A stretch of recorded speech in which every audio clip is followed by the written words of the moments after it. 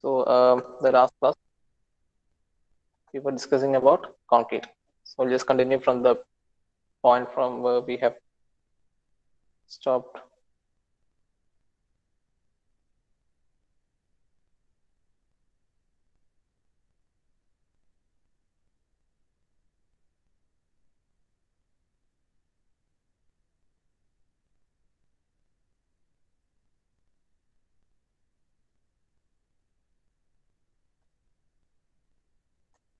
So we were discussed about cement concrete and lime concrete, right? And how they are mixed. What's meant by reinforced cement concrete? What's meant by pre-stressed cement concrete? And I gave you an example for pre-stressed cement concrete also. Our electric post, concrete electric posts that we see along our roadsides are basically this pre-stressed cement concrete. What happens is like initially in the case of normal reinforced concrete, first we will place the reinforcement. That means first we will place the steel bars. Only then the load is applied and the steel bar will get stressed later, only after the application of the load. But in case of pre-stressed cement concrete, what happens is like as the figure describes, you can see that it will be initially, it will be stressed to some point and then it will be uh, released, so that that stress on release will give a pull to this concrete which is being placed, and that will help in our resolving our problems. So this is known as pre-stressed concrete, and all these bridges that we see, all those metro bridges and all those bridges, the bottom part there will be girders. That means there will be large beams. So all these girders are made from pre-stressed concrete because it is not they can't construct it on site due to some traffic regulations and all those things. So what they do is like they will construct it and they will cast it at the yard and they will bring it, and then they will join. And even in pre-stressed concrete, there are also some other classifications. There are two classifications like post-tensioning and pre-tensioning. All these things you need not study in detail. You just try to understand what's meant by pre-stressed concrete. The basic art is very simple. Uh, in the case of normal reinforced concrete, the steel bars will get this stress only after the load is being applied to it, only after the construction. And when this load get applied, these steel bars get stressed. For example, if you are constructing a floor or a roof, and if someone only after the construction is completed, there will be some loads acting on it, might be people moving around, all those things. Only after that these steel bars will get this stress as a result of this force applied. But in the case of pre-stressed concrete, we will initially give a stress and then we will release it, so that while releasing uh, that steel bar, what happens is like it will give a push to a concrete. You can see from the figure that is being attached on the right bottom of the slide. So I hope you understood by pre-stressed concrete. So this was the thing that I was discussing in the last class, and I hope you understood the basic idea of concrete. In concrete, the most common type that we use today is the cement concrete. Depending upon the material, binding material that's been used, you can divide it into cement concrete and lime concrete. In cement concrete, cement will be the binding material. What happens is like when cement is mixed with water, it becomes a paste and it will help us to bind all these particles, that means stone aggregates and also the sand along with it. So it's known as cement concrete. In the same case, if we are using a lime as the binding material, the same thing will happen. This lime and water will form a paste and it will um, give us the required binding strength to bind all those materials together. So the next thing is like you understand that nowadays most of the at least 99% of the works is being carried out using cement concrete because of the availability of cement is very high. In the olden days, what happens is like cement was not so common. Even if you want to get a bag of cement, we need to get a permission from the government. Government had only the license to sell cement, even like maybe 4 decades ago or 4 or 5 decades ago. But now it's not the case. We have a lot of factories, lot of manufacturing happening, and it's now difficult to get lime instead of concrete. At that time, it was difficult to take lime from natural resources, but it was easy to fetch lime from natural resources. But nowadays, lime has become a scarce component. So people have moved on to cement concrete. And there are something known as reinforced cement concrete. You can see from the figure that the difference between the plain cement concrete, there won't be any reinforcement theoretically, but in practical application, we'll provide a basic few number of bars in both the directions, because it will take some temperature stresses and it will avoid cracking. So in practical applications, even though we call it as plain cement concrete, there will be some reinforcement given. But you need to understand that in theoretical terms, there won't be any reinforcement. There won't be any steel bars in plain cement concrete. But in the case of reinforcement cement concrete, there will be steel bars, and it will be designed accordingly. And the strength of the steel bars will also be taken into account when we. The strength will also be taken into account when we take the total strength of the structure. So it's not only done towards temperature stresses, but also gives additional strength to our structure. So that's the basic difference between reinforced cement concrete and plain cement concrete. So plain cement concrete is known as PCC. So you can see I've corrected that earlier. Earlier it was written like pre-stressed cement concrete is known as PCC. It's not known as PCC. PCC means plain cement concrete. So can I ask anyone? Let me try to understand what you have understood. Is Mr. Alan Joseph here? Alan Joseph from CSCA. Alan Joseph. Alan Joseph. Yeah. Could you please mention where we will be using plain cement concrete and reinforced cement concrete from your point of understanding? Hello, sir. Where do we use plain cement concrete and reinforcement cement concrete? Am I audible, Alan? Yes, sir.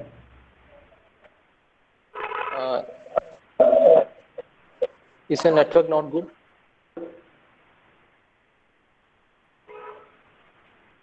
Hello, sir. Is the network not good? Can't you hear me? Yes, sir, I can. Okay, then please answer to my question. Hello, sir. Yeah, please answer to my question.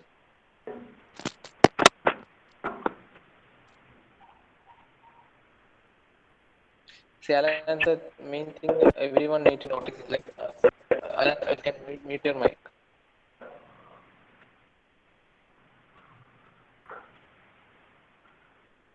Hello, sir.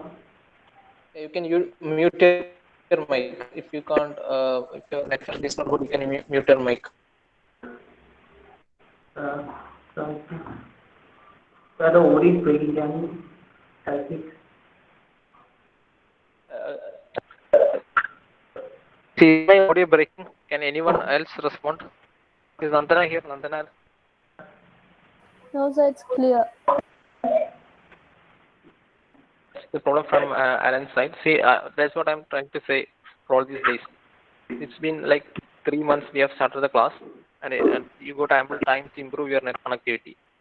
So you need to understand that even in the next semester we'll be continuing. There are high chances that we'll be continuing with online class.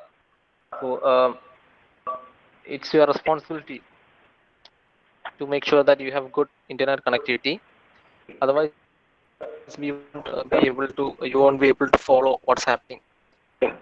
So the thing is like, you need to make sure that you have good internet connectivity, you have good system with you, even you have a good earphone with you. So it's your responsibility to understand that we can't do anything on that regard. So let me move on with this classification. There are some other classifications also. There are some known as vacuum concrete. So in this concrete, the cement concrete from which entrained air excess water is removed after placing it by suction with the help of vacuum is known as vacuum concrete. So there are some classifications that we have talked earlier. There are some lightweight concrete. Just try to understand that. The main thing that we were discussing about was the proportion. I hope you remember what's meant by 1:1:2. So I'll correct it now itself. So it's actually cement, sand, and stone ratio. So you need to connect it ourselves. Otherwise, what happens is that you will learn in the opposite order. So this is the grade of concrete. According to description of work, we will prepare different grades of concrete depending on our application. And 1:1:2 means one part will if we take one bag of cement, we need to take one bag of sand and two bags of stones. And this is known as cement, sand, and stone proportions. So I've talked about volume batching and wave batching. So can I call anyone else? Is Miss Amrita Pradeep here? Amrita Pradeep. Amrita Pradeep. Yeah, yes, sir. Is my audio clear? Yes, sir. Okay. Amrita, could you please tell me what do you understand by all these proportions?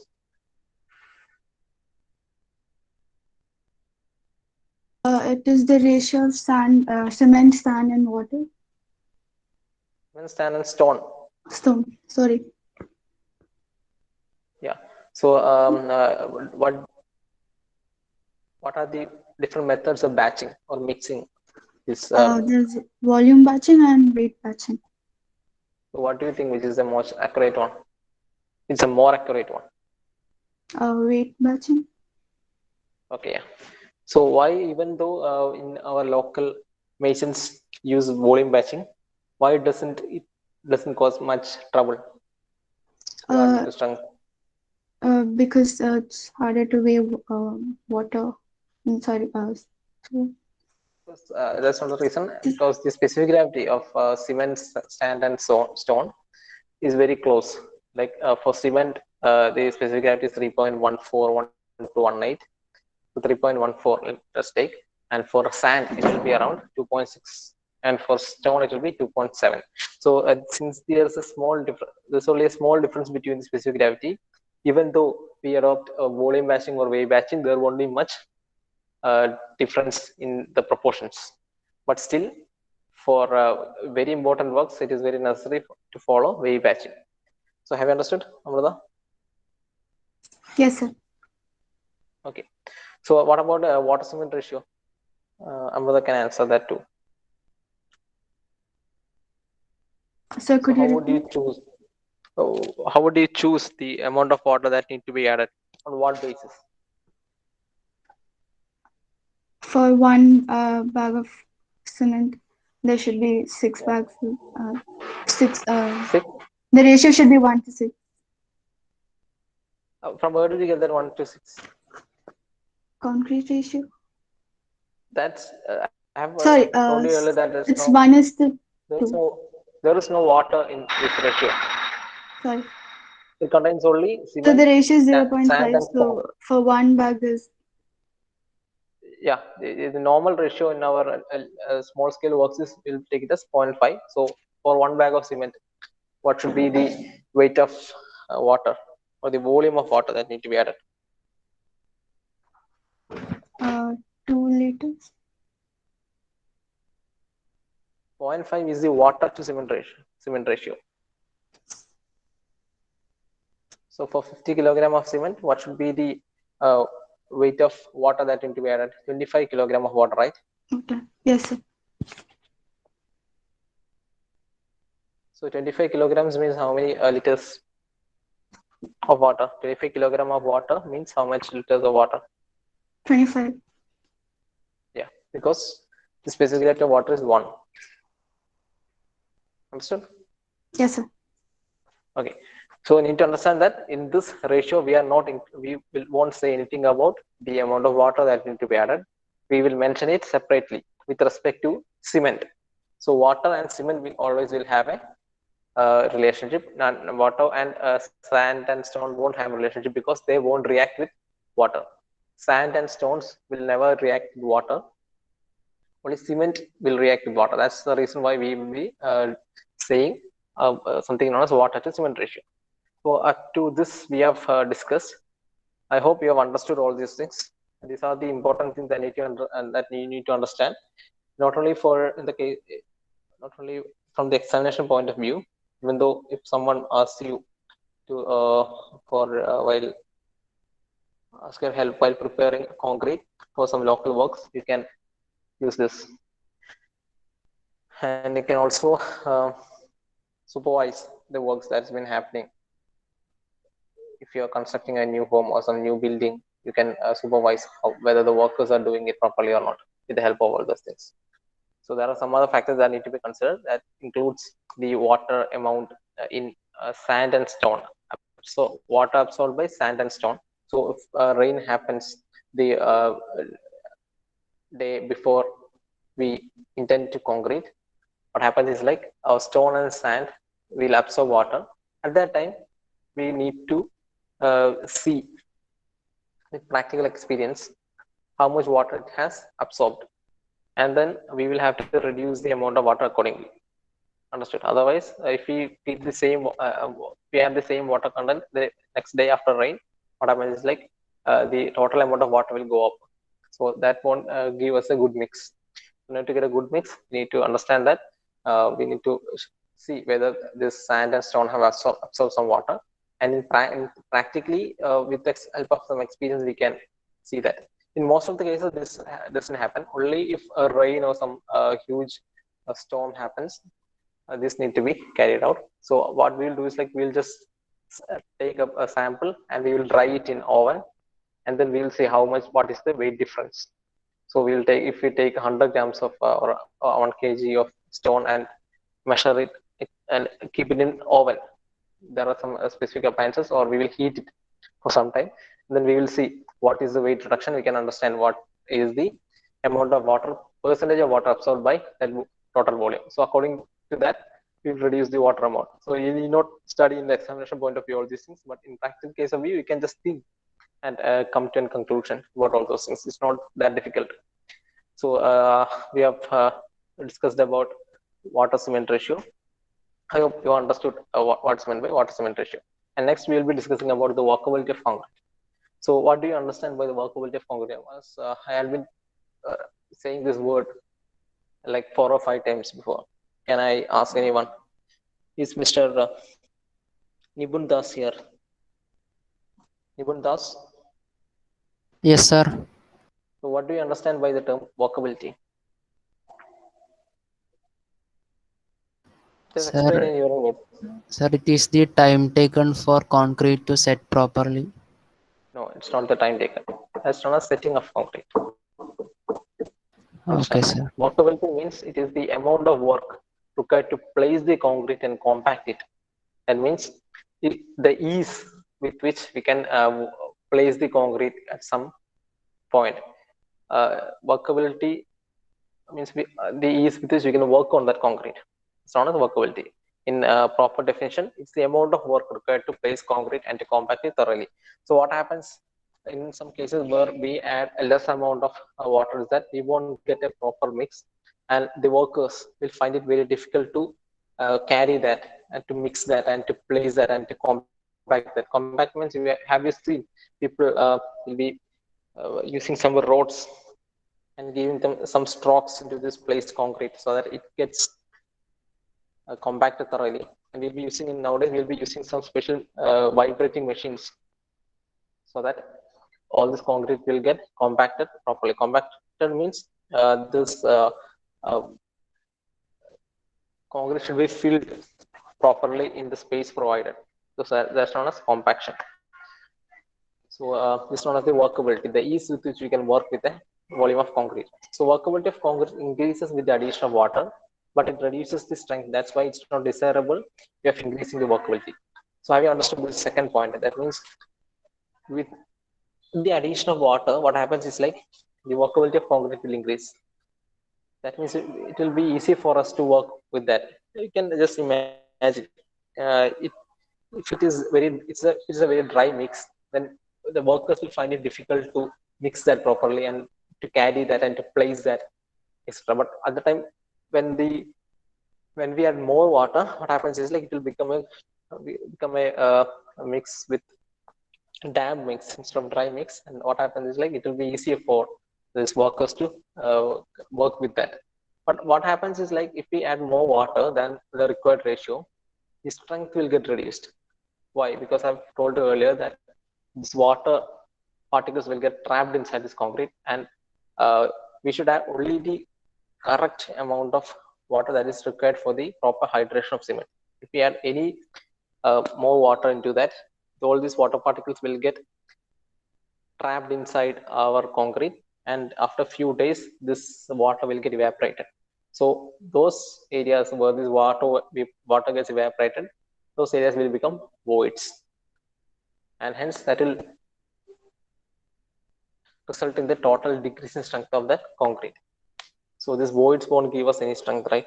So have you understood why it's the reason why it's not recommended to add more water to increase workability? So what we do is like, if we use aggregates which are round and have smooth surfaces, it will increase the workability. But that's also not recommended. That means aggregates having a round shape and smooth surfaces, when it mixes with cement and other particles, it will increase the workability. But this is also not recommended because it will also decrease the strength of concrete. So that means if you want to increase the workability, we will have to compromise on the strength of concrete. And then these two methods, if we deploy, that means if we add more water, and also if we use rounded aggregates, even though workability increases, strength will reduce. But there are other methods with which we can increase the workability without affecting the strength of the concrete. So those things we'll discuss in the coming points. So what's the method? Workability could also be improved by adding air entraining agents such as Winsol, resin, or Darex. There are some agents, air entraining agents, so that it can add to concrete while we mix that, so that it will increase the workability. The use of Lisapol liquid at 30 cubic centimeter per bag of cement improves not only the workability but also the water tightness of the concrete.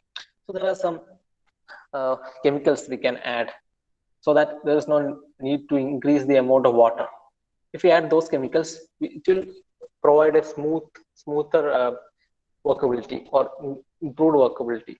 So the particles will find it easier or smoother to mix. So this is known as some agents that we are adding to it. So workability of concrete is better determined by compaction factor test. So that's a test in which we will determine the workability of a concrete. So there are some tests, etc. That all those things we'll discuss it later when we discuss more about workability. There are also some other tests, but you need not see all those tests in detail. Just understand what's meant by workability, and we add some chemicals like lipasol, etc. We can improve the workability of the concrete even without adding more water to it. So I hope you understood the term by workability. Is Miss Jasmine Simon here? Yes, sir. So Jasmine, could you please explain what have you understood from that by the term workability, and what methods we can adopt in order to improve the workability? Workability means it is the amount of work required to mix and transport the cement and all. And if Place we also, add, and place the concrete also. So okay, it's the amount of work to place the concrete. That's the basic thing. Mixing also is a part, but most important word we need to use that is to place the concrete. That means in the required place we have to fill the concrete. The easiness of filling that concrete. So yeah, what are the methods by which we can improve the workability? by using the aggregates which have round and smooth surface. So is that recommended? Yes, sir. No, it's not at all recommended, because if you use rounded aggregates, it won't give a proper binding with cement water mix, right? So it's always recommended to use angular shaped aggregates that we have discussed while we discussed sand, right? So it's Yes, always sir. recommended to use angular shaped aggregates. So rounded shaped aggregates, even though it will improve our workability, it won't provide a proper binding with our binding material. That's the cement and water paste. So this is not at all recommended. And the next method which we can improve the workability is By by adding air entering agent. Okay, before that, the second point, tell that. If we Adding add more more water. water, adding more water will increase workability, but it reduces the strength. Yeah, so it is not at all recommended, right? Yes. Would you recommend it? No. Okay. So these two things, the first 2 points are not recommended to use rounded aggregates and also to add more water. So the next thing we can do is like we can add some chemicals to it so that it can entrain some air and make the mix more smooth. And also we can add some chemicals so that the movement between the particles are not the friction is not affected. The friction will be reduced between these particles, but at the same time it won't affect the binding between the particles. So we can add some chemicals to improve the workability.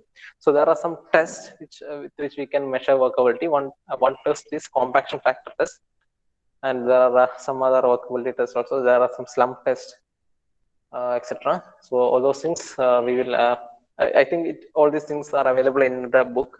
So you need to understand that not only refer our you should not only refer these PPTs. It's always better to refer the text that we have mentioned. So I hope everyone have bought that textbook, Basic Civil Engineering by Shibu Nalpat, right? Have everyone bought that book? Can anyone respond? Yes, sir. Yeah, so I hope everyone have bought that book. So it's always recommended to read that book before you go for some examination. So if we skip some points in PPT, you can fill those things. See this PPT. First, you need to read that book thoroughly. That's a very simple book. It's a very small book, right? So this is what workability, and with the PPT, what we expect is like we will give some guidelines, which all part you need to focus, which all part you can avoid, all those things. So if you go directly to the textbook, what happens is like you might study all those things which are not so important. So at the time, if you with the help of this PPT, you will understand which all areas are more important, and with that guideline, you can refer the textbook and you can study in detail about that. So it's always recommended to study the textbook by Shibu Nalpat for the examination point of view. So we have discussed about workability of concrete, and now we will discuss about the placing of concrete. So after mixing of concrete, it should be placed within 30 minutes of addition of water. What happens is like if we within 30 minutes after mixing this concrete, after we mix all these constant particles like stone aggregates, sand, cement, and water, we need to place it at the required place, at the required slot within 30 minutes. So the thing is like it should be quickly transported to the place of lying, means of iron pans manually, wheelbarrows, pumping, or by cranes, etc. There are several ways to transport it. So it need to be transported very quickly. So you might have seen those trucks with some drums rotating, that's being moving around our roads. So all those things are ready mixed concrete. What happens is like in most cases where in some construction sites we won't get enough space to carry out this mixing of concrete. So mixing of concrete will require some space, right?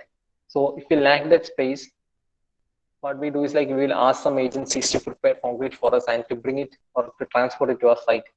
So they will prepare it there on a yard, and they will transport it by batch, and we will receive that in our site, and then we will directly use that place that concrete.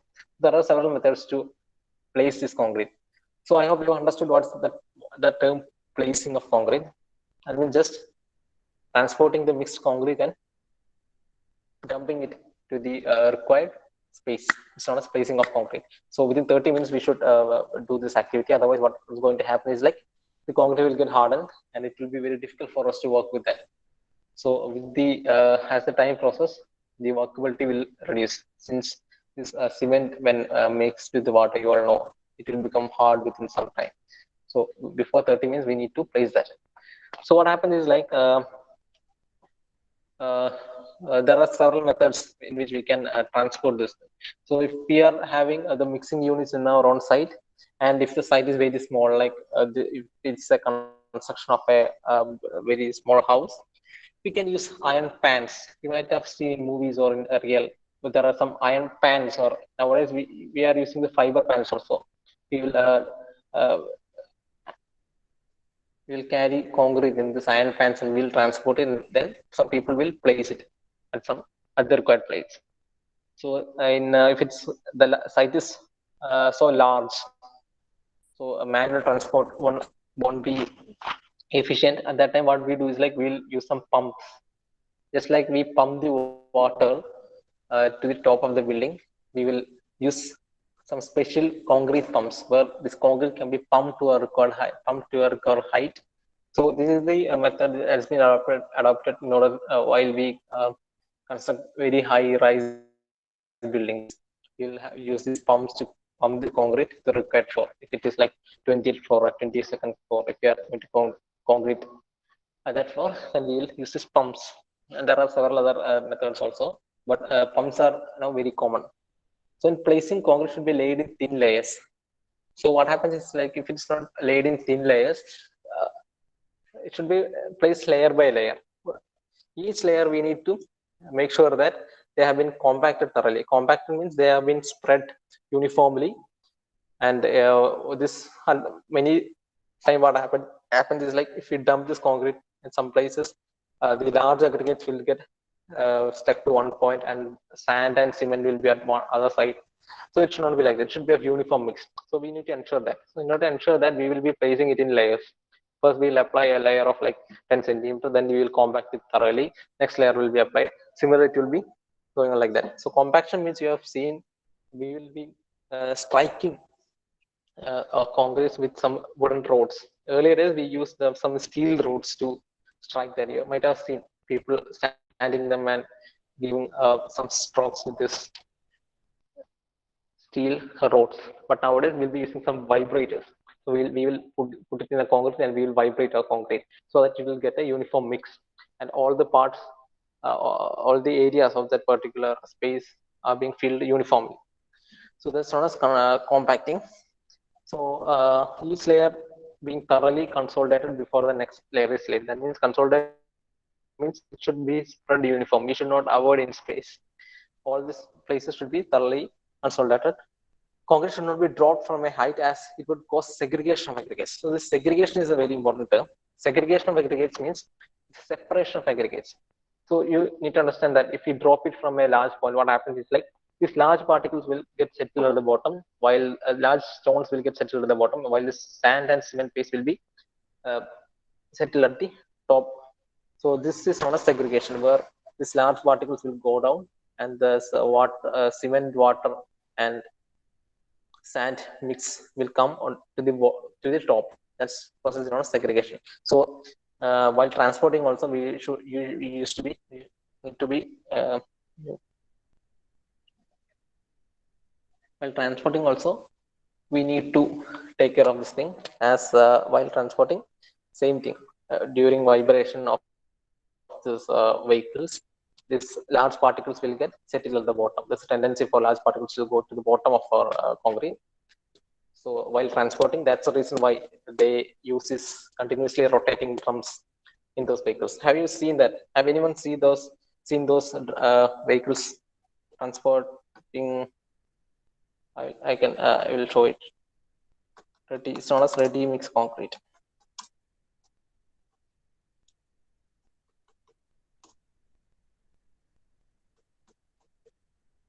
There are some trucks that's been moving around.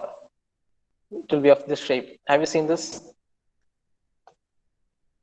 Have you seen this? Yes, Can sir. anyone respond, please? So the reason is like it will continuously keep on rotating so that this segregation and setting of cement won't happen.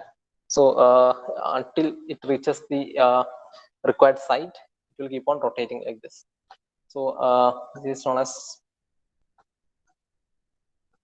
setting transporting.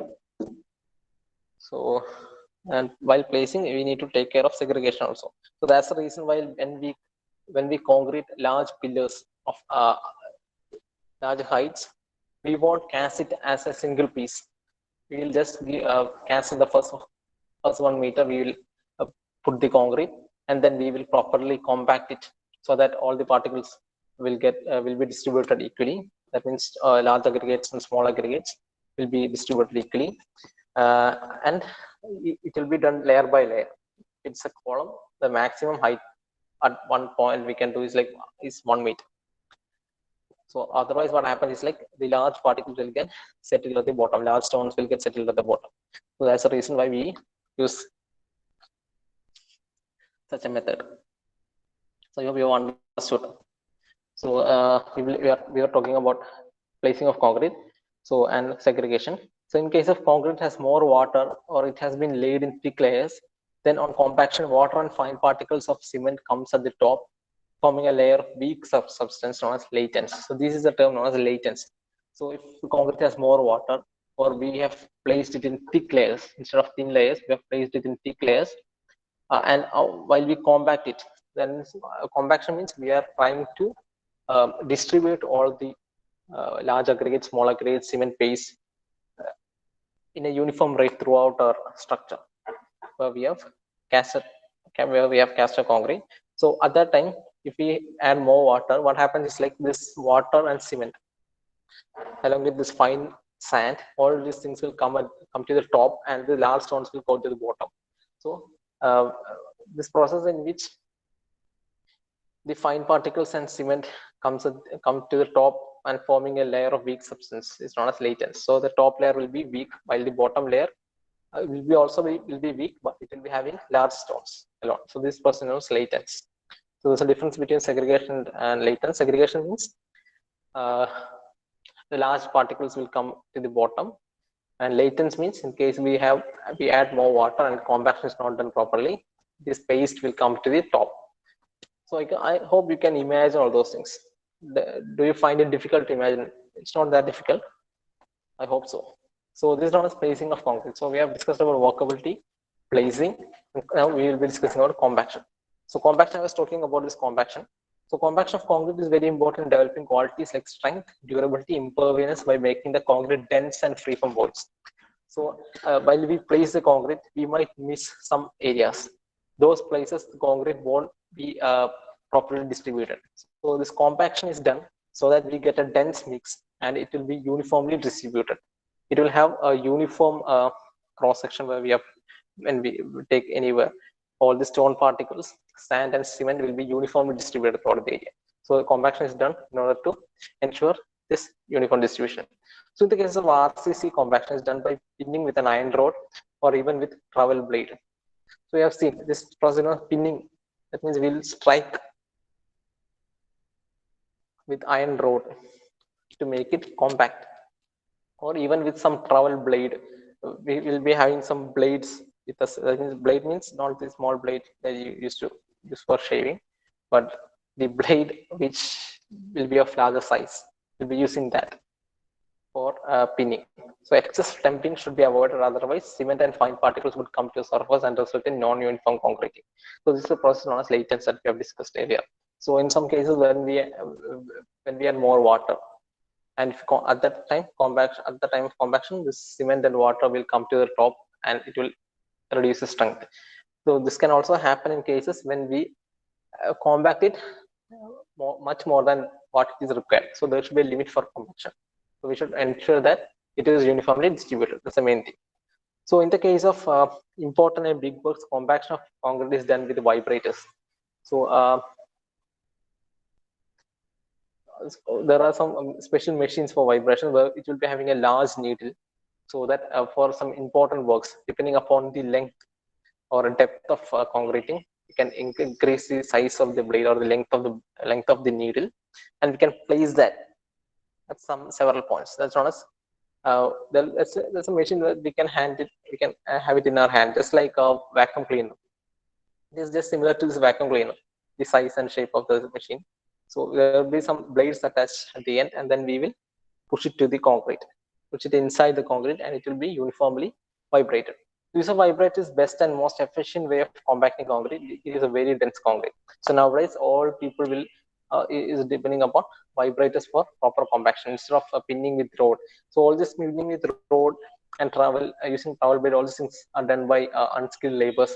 So it won't be we can't ensure the quality of work. But if you're using a vibrator, you can ensure that all these particles are uniformly distributed. So care should be taken not to make excessive use of vibrator, otherwise concrete will become non-homogeneous. So I hope you understood by the term homogeneous. Homogeneous means at whatever the point, the properties of a particular thing should be the same. That's known as homogeneous, and the material should be same, just like non-uniform surface. That's also known as non-homogeneous surface. So if you use excessive vibrators, what happens? The cement paste along with sand particles will come to the top, and it will become non-uniform and non-homogeneous. So this is known as compaction of concrete. So I hope you have understood until now. And next is another term, curing of concrete. So I hope you have understood all these terms like workability, placing, compaction, curing, etc. So there are some other things like transportation of concrete also. So you can refer that Shibu Nalport textbook in order to find what are the things that need to be made sure while we are transporting concrete. So next term is compaction, curing of concrete. So that's the process of keeping concrete wet, enable to attain full strength is known as curing. What happens is like I think I have told you earlier that the initial setting will happen within 30 minutes, and as the days progress, it will keep on hydrating. The cement will keep on hydrating. That means it will keep on reacting with water, and the strength will increase as days progress until 50 years. So, but at the end of 28 days, we'll be removing all the supports that we have given to this concrete. The concrete will be able to stand on its own. So until then, we need to ensure that it has sufficient amount of water content in it for the remaining amount of cement to react with it. So at the time of mixing of the cement and water with the concrete, all the cement particles may not hydrate properly. So it will take some time to get hydrated. So at 28 days, we will expect that it will reach about 96 to 97% of the expected strength. So at that point of time, we will remove all the support, and this concrete, if it's a beam or slab or anything, it will be able to stand on its own. So it has become as something kind of a stone, and it will be able to stand its own. So until then, curing need to be done. Curing means we'll be providing additional moisture to this concrete surface. Why? Because as days progress, evaporation can happen, and we need to make sure that the water that we have added during a mixing of concrete will not get evaporated, won't get evaporated. So in order to avoid that, we will be applying water on the surface of the concrete. So you might have seen we'll be making some small ponds on the surface of concrete. Have you seen? Have anyone seen? Can anyone respond? Yes, so Yeah. So we'll be making small ponds on the surface of some concrete slabs, and it will be kept for 28 days. Why? Because for when it's always evaporation will always happen. Will anyway it will happen. So the water that we have added in the concrete while mixing should not get evaporated. So if that water get evaporated, the strength attainment won't reach the required value. So it will take 28 days to achieve the full strength, and those water should remain inside the concrete till 28 days. So in order to protect that water from being evaporated, we'll be adding more water on the surface so that this water will get evaporated. The water that we have added on the surface will get evaporated. So and we'll be keeping on watering at regular intervals until we ensure that 28 days have reached, and this complete thing is kept in moist condition. So this process is known as curing. So the process of keeping concrete is enable to attain full strength. Objective of curing is to prevent loss of moisture from the concrete due to evaporation or because of any reason. The loss of what moisture, the moisture of the water content that we have added while we had mixed concrete. So that amount of water should remain there for the full hydration of cement. So we'll be adding more water onto the surface after casting. After 1 or 2 days, we'll start this process. Next, with the very next days, now our practice to uh, start the curing within 24 hours or the very next day, the same time that we have finished our casting, we'll be starting the curing. So at that time,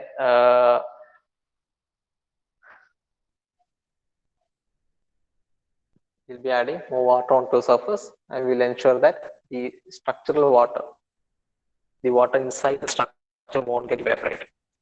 Only the water on the surface will get evaporated. So curing should be done for a period of 3 weeks, not less than 10 days. That's the normally it's done for 28 days in all the cases. But in some places where we want to proceed the work much faster, then the number of days of curing will be reduced.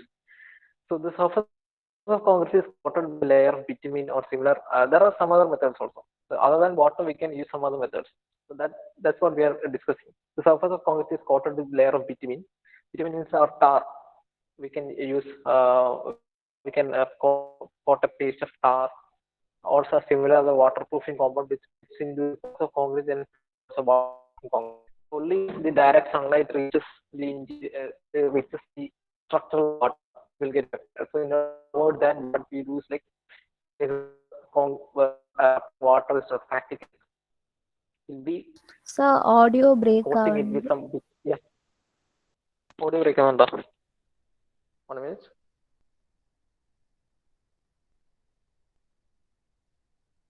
So is it clear now? Yes, sir. Is it clear now? Okay. So the thing is like, I hope you have understood the term curing. We'll be adding more water onto the surface in order to avoid the structural moisture from being evaporated, so that cement will get a proper hydration within 28 days. So there are some other methods for curing also other than adding water onto the surface. You can also coat the surface with some materials like bitumen or some special waterproofing paints, so that water won't get evaporated. The structural water that we have added while mixing won't get evaporated out of the structure. So concrete surface, there are other methods. Concrete surface is covered with waterproof paper or with a layer of wet sand. It can also be covered with gunny bags. Gunny bags means the bags which we chalk. These onion bags and sugar bags. Have you seen this? What's them jute bags? That's also known as gunny bags. So that will be that we can keep it moist for a long time. So we'll be adding some clothes on. There are also several methods depending upon the site condition. Several methods can be adapted, but the most common thing is like we'll keep it moist for a long time. We can also coat it with some special materials. So I hope you have understood what's the term by curing of concrete. So can I ask anyone? Is Mr. Ajal K here? Ajal K. Am I audible? Yeah, Ajal. Sir? So what did you understand by the term walkability of concrete?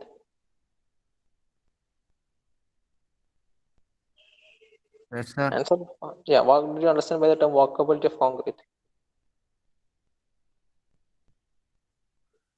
It is the Answer total first. Yeah. work required. So it's the ease with which we can place the concrete. That's known as workability of concrete. So next I will call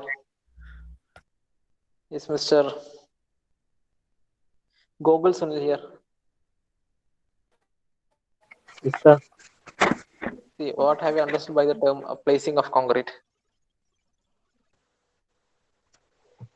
So placing, Yeah, adding of water, is that placing?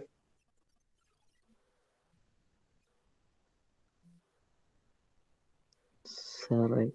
Just read from the slide in front of you. Sir, it's a transport concrete. It's not the transporting of concrete. It's actually the depositing the concrete at the required place. That's not the placing of concrete. Understood?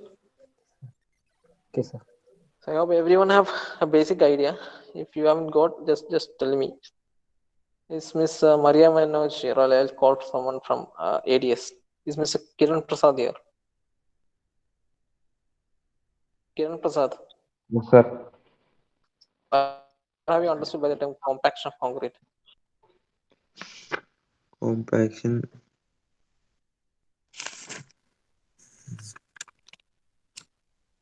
So,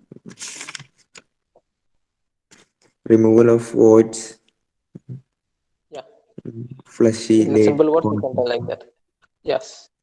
So it's basically the removal of voids will make that the mix is dense.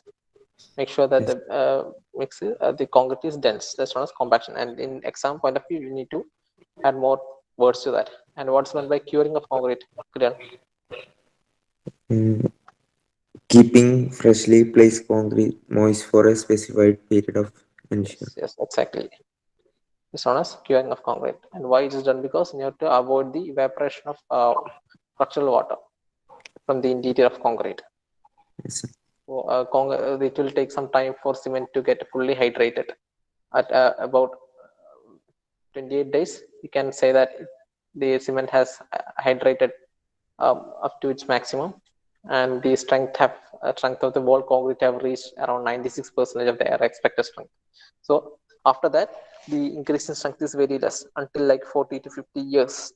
So the increase in strength is very less, but the initial improvement in strength will start declining.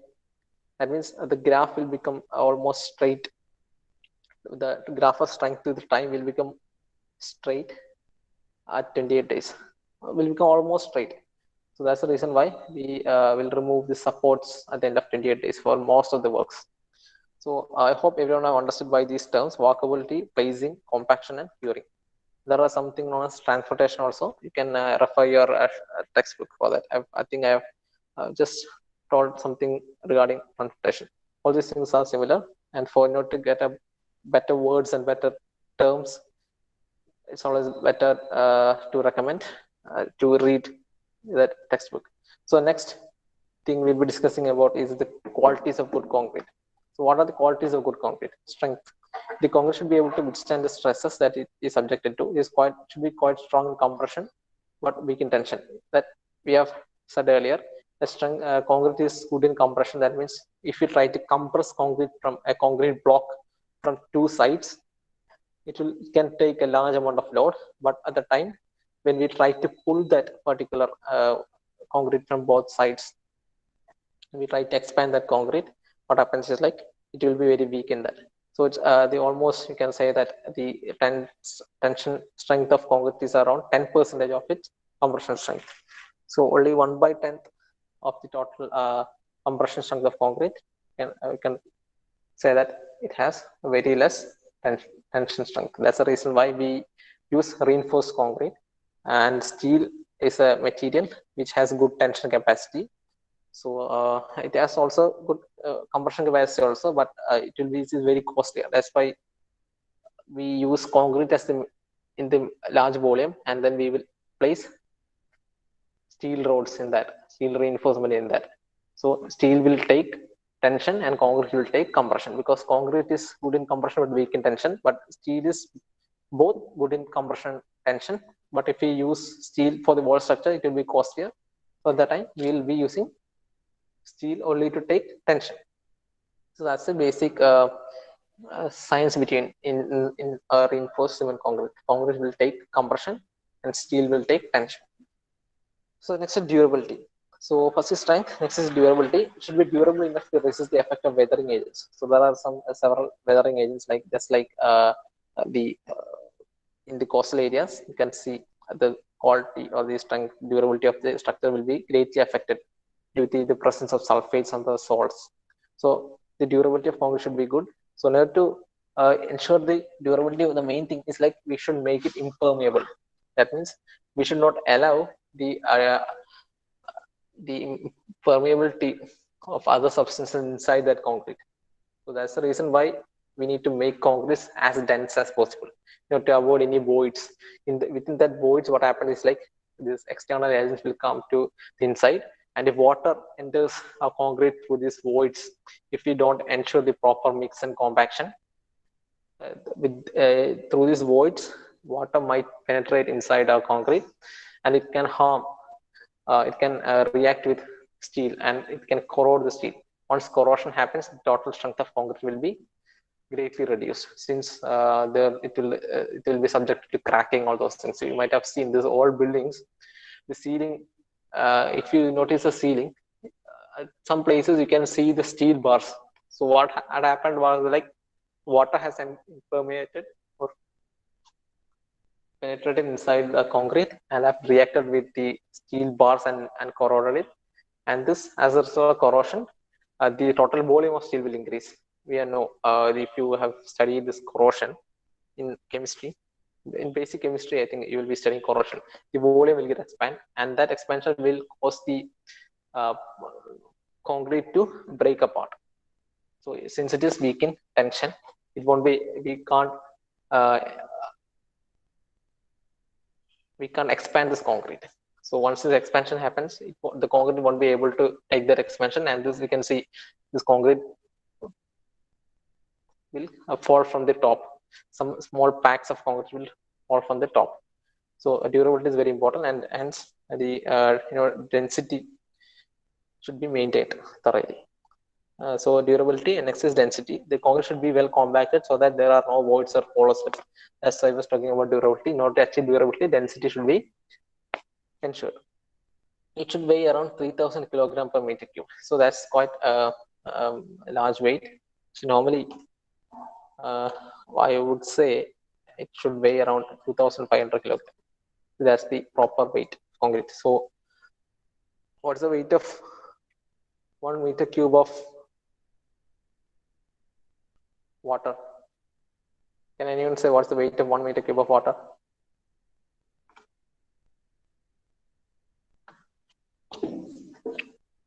Can anyone say what's the weight of 1 meter cube of water? This is Miss Maria Manoj here from CSEA. Maria Manoj. Am I audible, first of all? Can anyone respond to my question? Okay, yeah, Maria Manoj. So what's the weight of 1 meter cube of water?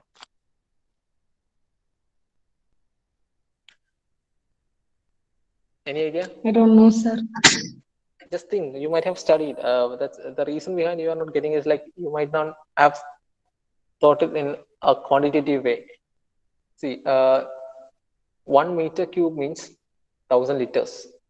So what's the volume of the water tank in your house, Maria? Do you know? Volume No, of your sir. water tank. How much liters is your water tank? No idea. Have you not seen your water tank? No, sir, I have. You haven't seen your water tank until. So how many of you have seen your own water tank at your home? Sir, I have seen, but I haven't noticed. So, see, most of the cases it might be 1,000 liters or 1,500 liters. In domestic use, you'll be using a water tank with capacity of 1,000 liters, 1,500 liters. So you need to understand that 1,000 liters will make 1 meter cube of water. Understand? Not only water, anything. 1,000 liters means 1 meter cube. Understood? So this weight of water is 1 kilogram per liter. So if you have a water tank filled with water of 1,000 liters, it will weigh 1,000 kilogram. Understood? But here we are talking about concrete, and its weight should be around 2,500 kilogram per meter cube.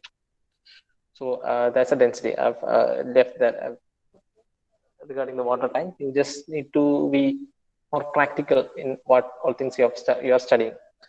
So only then we'll understand it. Can imagine all those things. So that's a very important quality you need to try to develop while you are studying this engineering course, because you need to imagine all those things. What all things you study in reality, you need to try to see those things. So if the density of concrete should be 2,500 kilogram per meter cube, that means if a water tank of 1,000 kilogram is filled with concrete of 1 meter cube, it should weigh 2,500 kilogram. Understood? So that's the third quality, density. And next fourth quality is water tightness. So when used for construction of water retaining structures such as dam, elevator tanks, and the water reservoirs, this property of concrete has become very important, because water tightness, if we are constructing dams or water tanks, water should not come inside. Otherwise, the moisture inside the RCC would corrode the steel and leakage would start, resulting in the ultimate failure of the structure. So this is the thing we have discussed earlier. So all these things are the important qualities: strength, durability, density, water tightness. And next is workability. It should be easily to work with. So in order to improve the workability, you should never add more water. We can rely on some chemicals instead of relying on water. If we add more water, what happens is like the strength will get reduced. And next is resistance to wear and tear. When using floors and in the construction of roads, the concrete should be able to withstand abrasive forces. So all these things are the properties of good concrete. So I've taken only a few things from our Shibu Nalpat textbook for making this PPT. So refer Shibu Nalpat textbook so that you will get more points, and in order so that you can write it in your exam. So all these things are regarding concrete. I hope you have understood the basic idea of concrete and what are the good qualities required for concrete and how they are affected, and what all things you need to take care of while mixing this concrete. So is it clear? Does anyone find any difficulty in understanding what I'm saying? Please respond. You need not be so polite in class. Mrs. Zain Rafiq, Mohammed Zain Rafiq.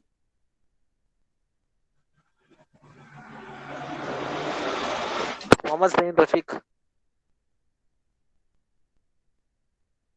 First of all, am I audible? Mohammed.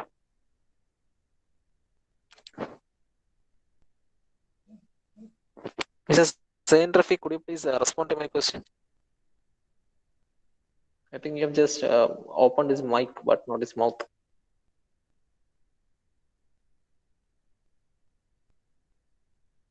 Can anyone respond? Is Miss Vishnupriya from ADS here? Yes, sir. So Vishnupriya, have you understood these basic things regarding concrete? Yes, sir. Understood. Okay. So with that, I'll be moving on to the next topic. And before that, I think you have seen the assignment, the second assignment that I've posted in our Google Classroom. So you need to complete that before 28th, I guess. It will be from the second module. All these things you can directly find it from that textbook, or else just Google it. Those are as per our syllabus. I have taken a part from the second module as our second assignment, and you need to understand that those are in the syllabus too. They have mentioned only a brief description or a brief discussion about that topic. That's the reason why I've included it in your second assignment. You can write that down and submit it before 20th. So that's the thing. And next we'll be moving on to our next topic, steel. Until now we started with cement, then we discussed about sand, stones, timber, concrete, and now we have reached steel. So what is steel? Steel is an alloy of iron and carbon with traces of other elements. So it's an alloy of iron and carbon. So pure iron we won't call it as steel. So we will add carbon to it. And what happens is when we add carbon to it, the property will be enhanced. Some properties will be enhanced, and that material will be known as steel. So the total carbon content varies up to 1.5% of the total volume. Understood? It can vary up to 1.5%. As the carbon content increases, strength and hardness of steel increases, but ductility decreases. Do you know what's what's meant by ductility? Can anyone voluntarily reply? What have you understood by the term ductility? Ability to sew it into long cylindrical shapes, rods, as rod-like structures. Yeah, we can make it into wires. That's known as ductility. So this pure iron will be more ductile than steel, but if we add more carbon to it, the strength will increase. So we'll have to find an optimum amount of carbon that need to be added. So there are, depending upon the percentage of uh, carbon added, we can classify it as wrought iron, cast iron, etc. So in wrought iron, the carbon content will be less than 0.08%, and cast iron it will be 2 to 4%. So in steel, it will be basically nearly 1.5%, depending upon our application. All those things, we can use different steels of different strength. You can see how the carbon content varies in different kinds of steel. There is something known as mild steel. So in that, carbon content is less than 2.25%, and the purpose we use mild steel is for making motor vehicle body, sheet metal, boiler fans, etc. And also, if you notice in our window grills and even our gate uh, or our grills or etc., we'll be using mild steel.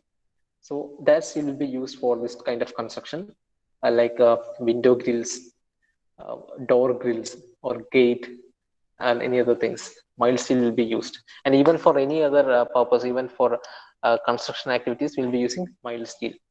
Where if you want to construct a steel bridge, we'll be using mild steel in that. So all these things we'll be using mild steel. Next is medium carbon steel, 0.25 to 0.75%, is used for making rails, hammers, springs, etc.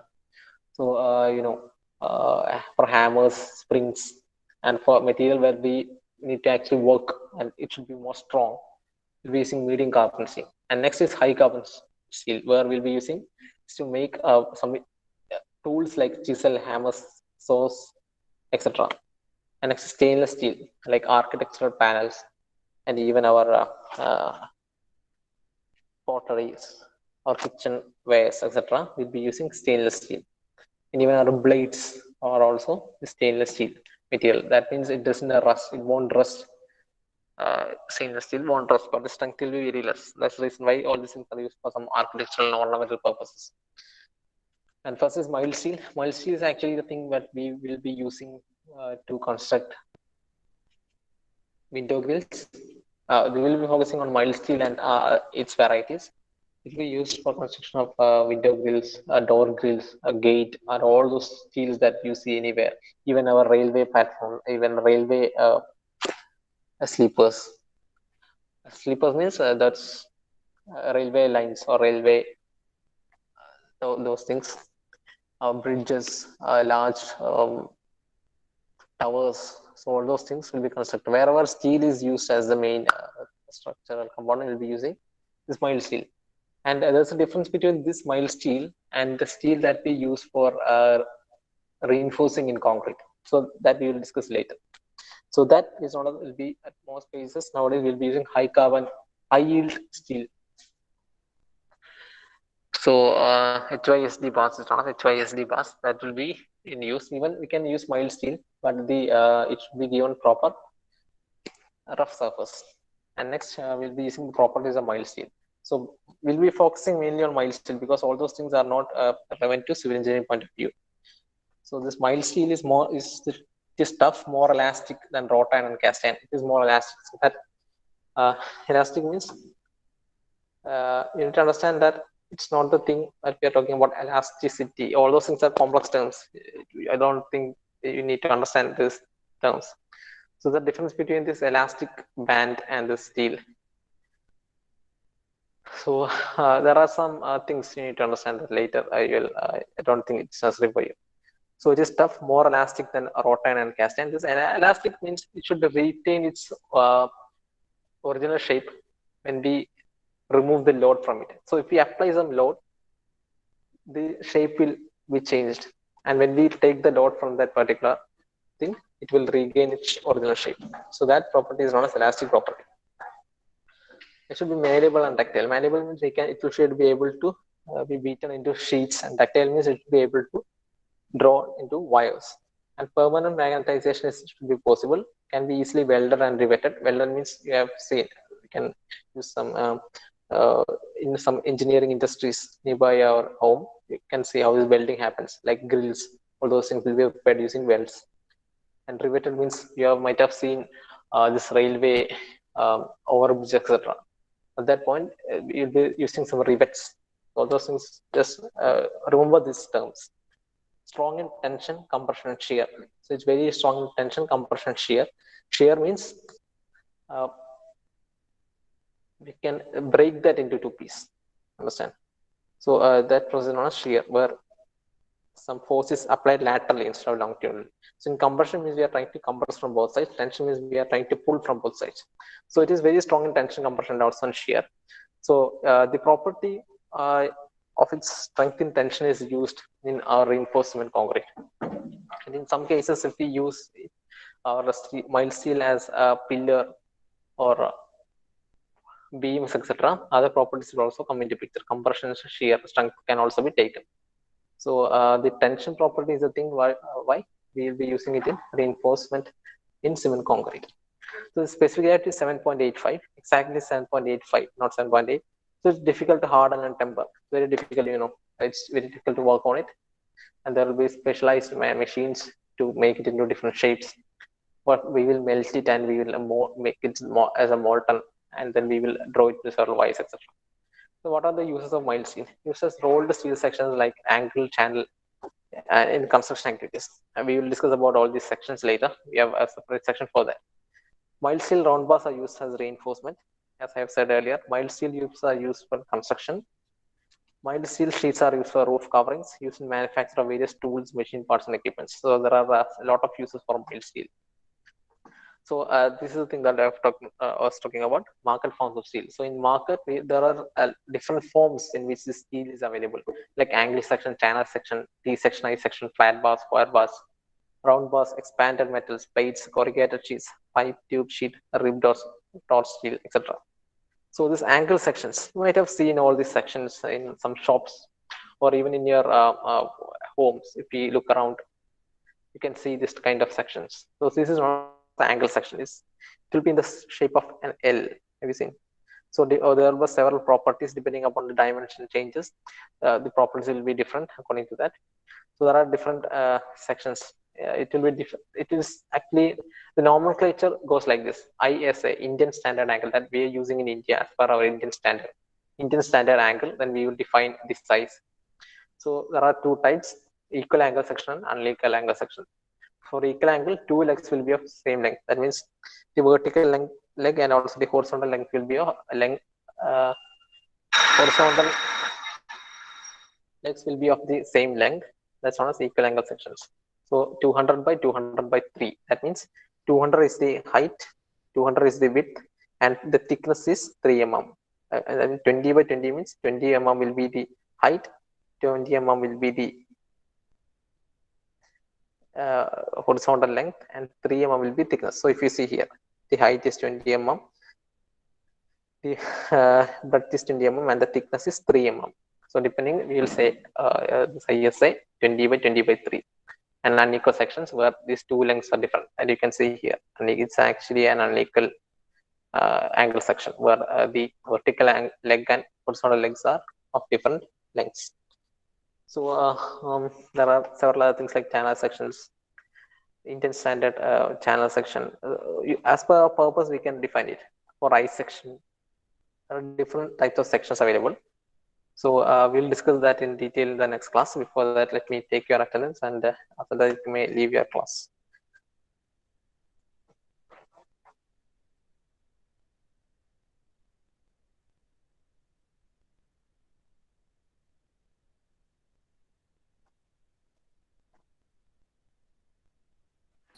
So you didn't take the whole attendance. Yes? Was it? The attendance. Yeah, I'm going to take that.